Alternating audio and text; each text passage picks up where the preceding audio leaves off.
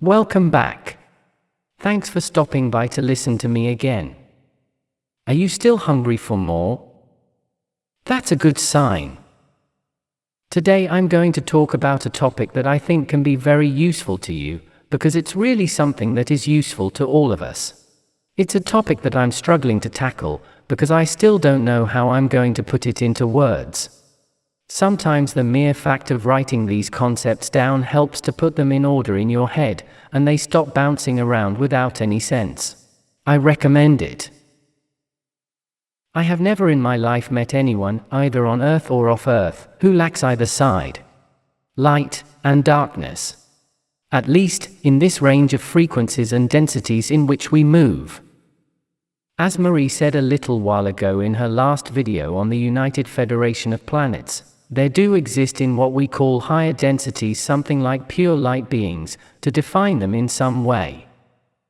In order to make sense of what she said, and what I will say today, let's clarify what we mean by light or darkness. In this case, we define light as the absence of evil, innocence, love, good intentions. We define darkness, on the other hand, as the opposite. Envy, resentment, hatred, fear, revenge, bad intentions. Actually, this theme is strongly linked to shadow work, but we can approach it from another direction. We have all felt things from both sides at one time or another. We have felt happy to see someone we love very much being happy, we have acted in an altruistic way, and in the most honorable and fair way. But we have also felt envy, or maybe we have imagined a situation for someone that is not very nice, maybe to make that person understand something that at that moment they didn't understand because of lack of empathy or whatever. That's just one example. Those feelings also exist outside the Earth, of course, although there it is much more abundant, and for a myriad of reasons. But I'm going to focus on the one that will serve me to continue along the path that serves me best for this topic. In the near future, I would like to address the issue of how 3D influences people from outside the Earth, and people inside it who already hold thoughts at a frequency that makes them incompatible with their environment. But today I will talk about the people who are raised and continue to live there. There is one indisputable fact, and that is that a hostile world forces you to a greater or lesser extent to adopt, in the long run, certain attitudes or ideas accordingly. These attitudes or ideas are not necessarily hostile. Sometimes they simply generate traumas of a different kind. But the fact is that growing up surrounded by certain customs will eventually influence you. And those habits don't necessarily have to be bad either. Nor are they good. But perhaps they can cause you some problems socially with certain people, and sometimes these ideas or habits are so ingrained in you that you may even think that it is too late to change them, and that can lead to great frustration. In the case of trauma, it is a whole issue to deal with, because sometimes we call trauma to a learning, and we call learning to a trauma. Let's say that having learned from an unpleasant situation gives you tools and a new radar to detect those situations. The problem is when that learning becomes a trauma, which would be the moment when the internal radar warns you, you lose the ability to act logically and coherently based on fear. It is perfectly normal that, when the internal radar is activated, you feel discomfort or a very unpleasant sensation that is almost always fear to some degree. It is not a matter of not feeling fear. That will come only with time after applying the following. When the internal radar that the bad experience once brought you is activated, you will feel fear, and that's okay. Even with that fear in front of your nose, you will be able to push it aside and look at the situation with maximum logic and objectivity. Does this warning or fear mean that the situation will happen again, or does it simply mean that it could happen again? Am I sure that it will happen again? What precautions can I take compared to the last time that will allow me to analyze the situation as I move forward, without putting myself in danger? And if what I fear happens, what will happen, and what if it does? I may have a bad time for a while, but When I'm well again, I'll have learned something else and I'll be even stronger. Of course, it's up to you what you want to expose yourself to in order to overcome trauma. But the key difference between the experience and the trauma is whether or not the fear is affecting your decisions, or whether or not you are knowing how to make them, despite the fear. Although I warn you that making decisions based on experience rather than fear does not ensure that you will never fail, and we must be prepared for that. But what if you fail? You will go on living. You will always go on living, and you will remember these words of mine that I hope will come to you as a hug if you need it after falling down. It's okay. You're going to be fine. You will rise again. Just give yourself time to come to terms with it. However, sometimes the experience will unfortunately lead you to be forced to act in a way that you don't like or that makes you feel uncomfortable, or that might alter the image others might have of you.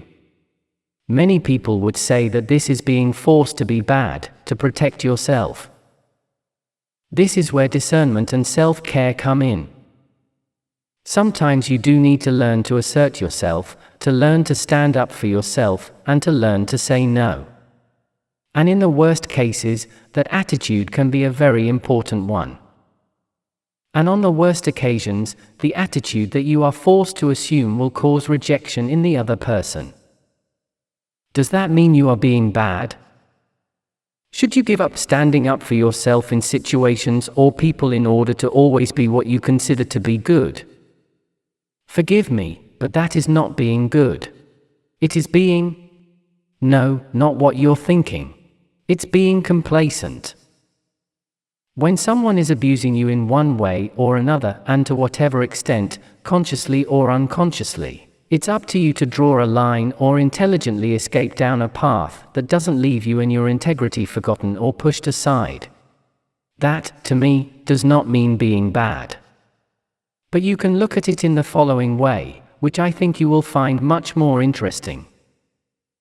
As Sirius Black said in the famous Harry Potter saga, the world is not divided into good and bad. We all have light and darkness within us. The important thing is which part we choose to empower. That is who we really are. As Aunt May said in one of the Spider-Man movies, we all have a hero inside us that makes us honest, that gives us strength, that ennobles us, even if sometimes we have to stand our ground and give up certain things. Shall I tell you how a being of light becomes a being of light?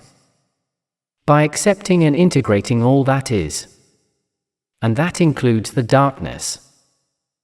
If you keep pretending to others and to yourself that you are a being of light, you will never become one. You can accept your darkness as a characteristic present in you and use it for what you believe is right, always trying to avoid harming others unless there is no other alternative. You can aspire to always use your light and your more righteous and noble side, but that does not mean giving up always taking care of yourself. Who helps heroes? Besides, as a certain little girl says, and as I myself say, it has much more merit to carry a terrible monster inside you and keep it at bay, than to be a being of love and light with nothing to work for in that respect.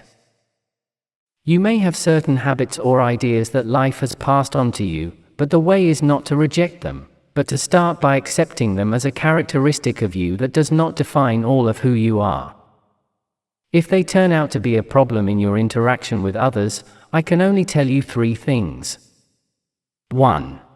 That you can choose to really try to work on them with full determination to overcome them, only if those people are truly important to you and highly respectful of you and the way you are, and therefore actually accept you even if it makes them uncomfortable.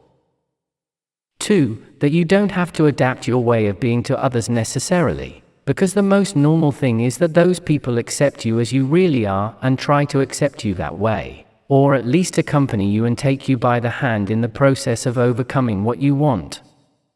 Otherwise, I'm afraid you'll have to face the hard truth that they're not really your friends, but friends of the character you've tried to create for them, and sometimes that means separating, as Arian said in the last video.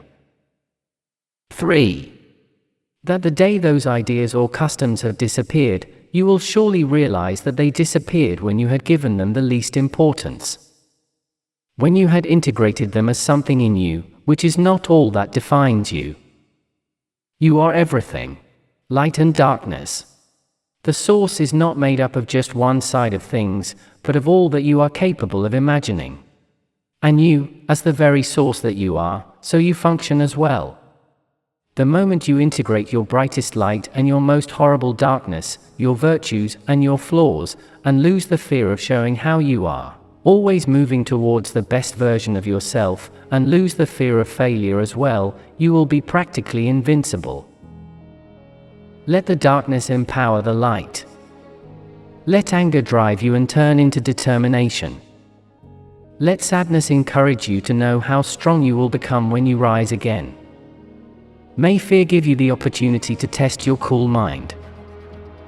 May your cunning and steadfastness allow you to take care of yourself and look out for your well-being when others try to subdue you. Let darkness be your ace up your sleeve. The rest of the time, may light always be your ally. Za'el of error.